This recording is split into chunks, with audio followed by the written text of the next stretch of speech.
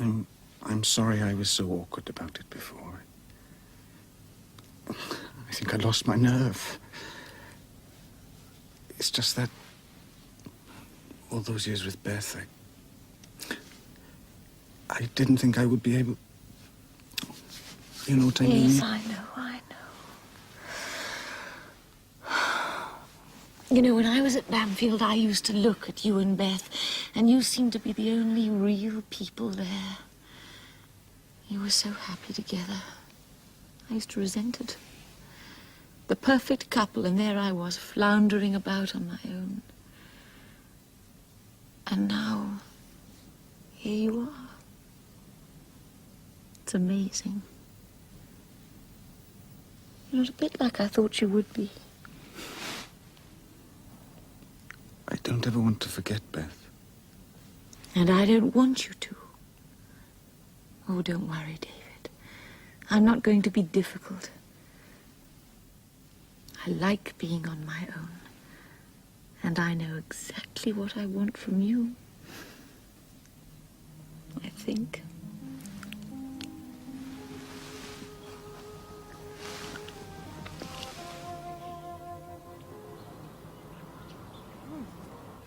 Cold coffee's all right, you know, once you acquire the taste for it.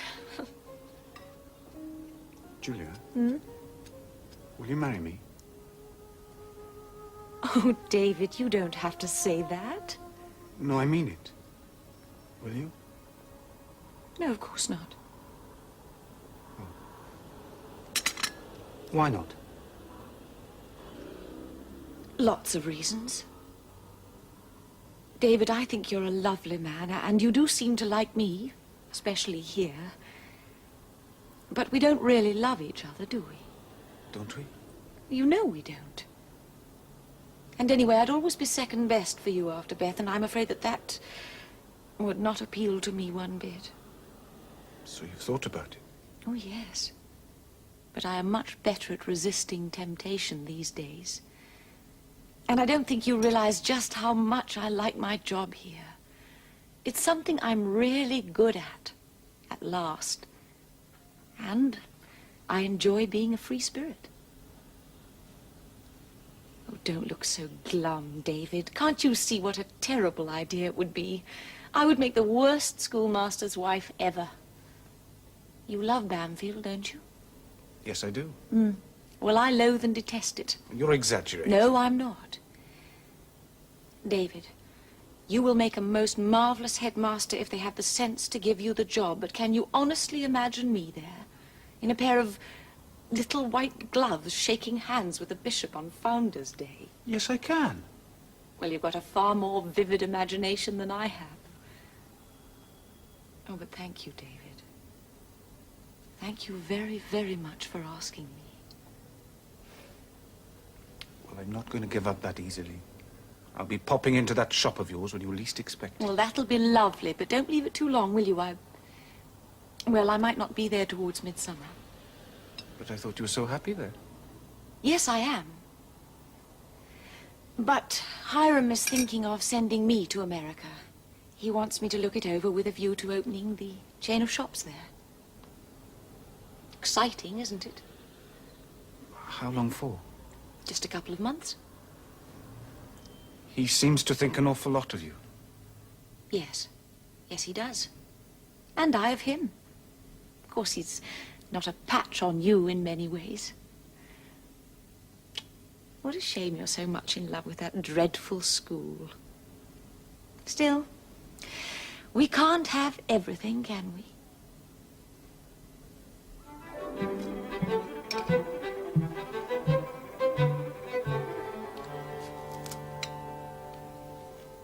That extraordinary clergyman's in the news again, Mr. Alcock. I beg your pardon, Mrs. Harris. Hey, where are my shoes? Oh, you're right, I found them. Oh, that nice little man who was defrocked last summer. He's proposing to preach sermons in a bathing suit on the pier now. Perhaps we could go for the day. I'm afraid I did not follow the case. Oh, bacon, what an ambrosial smell. Some go for honeysuckle and roses, but it's fried bacon for me every time. Good morning, Alcock. Sleep well? Thank you, yes, Mr. Harris. Good, good, good. I haven't got time for breakfast, Algy. You're late already. Oh, Ellie, please. Think of the long hours of boredom ahead of us. Look at the time. Must be fast. No? Did you get your bacon and eggs, Alcock? I've had quite sufficient, thank you, Mr. Harris. Mr. Alcock and I have been waiting for you for half an hour, Algy. Well done, good man Alcock. I cannot abide unpunctuality. Algy, Now what? those are odd socks. Yes, they are a bit strange, dear. You can't possibly go like that. Too late now, dear, too late. I'll try and keep them out of sight. Right then. We'll just have a cup of tea, and then I'll walk you over. So, back from the flesh pots and ready for the fray, are we? I do hope the excitement of the British Museum reading room didn't prove too much for you. I didn't actually manage to get round to going there. Excellent. I thought I discerned a sort of glow about you. Do you think he glows, Barnaby? Yes, indeed.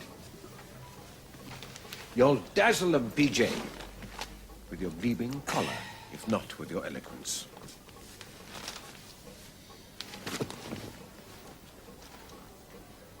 It's 9:10. Do you think I ought to be getting over there? My dear chap, of course not. You're on your home ground. You must stroll into the waiting room with 1 minute to spare. A daunting vision of calm confidence. Kindly nod to the other candidates, a jovial greeting to the bursar, then out with your crossword, which you complete in 10 minutes. Doesn't matter what you write, so long as they see you filling in all the spaces. Have you seen Carter? Bag of nerves. Trembling like a leaf. He was pacing up and down here half an hour ago, until Barnaby pointed out that he'd cut himself shaving and bled all over his collar. Then with a great howl of anguish, he fled back to his house to change and hasn't been seen since. Poor chap. I know how he feels. Harden your heart, man. If they appoint Carter, we'll all have to leave the sinking ship. I'm certainly too old to serve in his private army. I wish I knew what they were going to ask us. Oh, I should think it'd be pretty routine for you and Carter. They know you well enough, you'll be judged on your records. It's the outsiders they'll be interested in, Pettigrew and Alcock. Have they arrived yet? They both stayed overnight. I took Pettigrew over this morning. Poor fellow's in a dreadful state of confusion. Absolute no hope, I'd say. Alcock stayed with Algy Harris. I guess their evening was rather less than uproarious. Very cold fish, that was my impression. Perhaps a stuffed pike. Oh, God, I wish it was all over. Courage, mon brave. In an hour or two it will be. Ah, Carter. Staunched the flow, I see. Yes. Morning, PJ. Morning. Shall we walk across together? Yes. All right.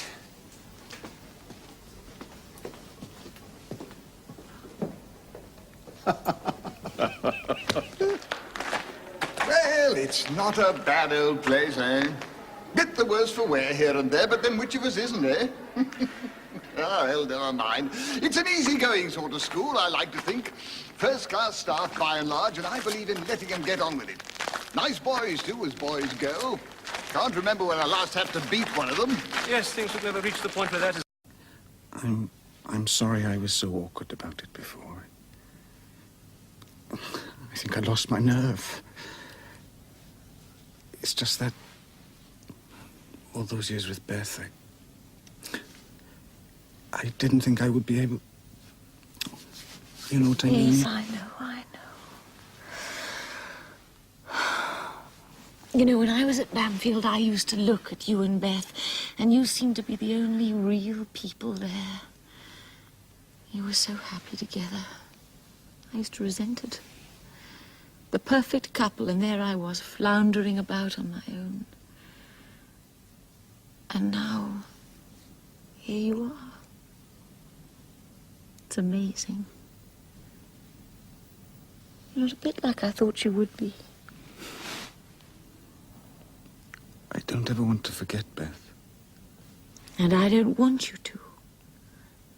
Oh, don't worry, David. I'm not going to be difficult. I like being on my own.